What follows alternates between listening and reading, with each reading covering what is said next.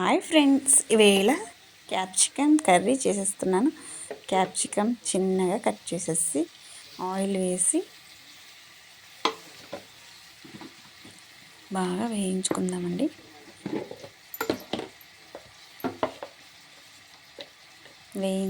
బాగా ఇట్లా వేగిపోవాలి.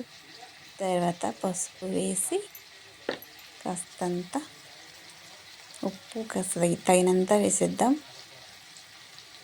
వేసి ఆయిల్లో కాసేపు మగ్గనిద్దామండి. ఆయిల్లో బాగా మగ్గిపోతే టేస్ట్ బాగా వస్తాయి. పల్లీలను బాగా వేయించుకొని పొడి చేసి ఉంచుకుందామండి. పల్లీల పౌడర్ కొంచెం వేయాలి, మిక్సీ పట్టేసి. బాగా వేగిపోయాయి.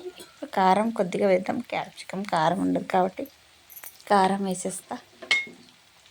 కారం వేసి బాగా మిక్స్ చేసుకొని కాసేపు మెత్తగా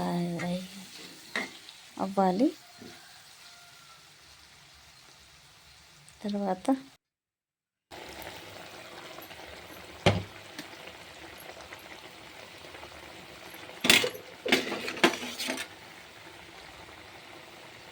టమాటో వేసేద్దాం.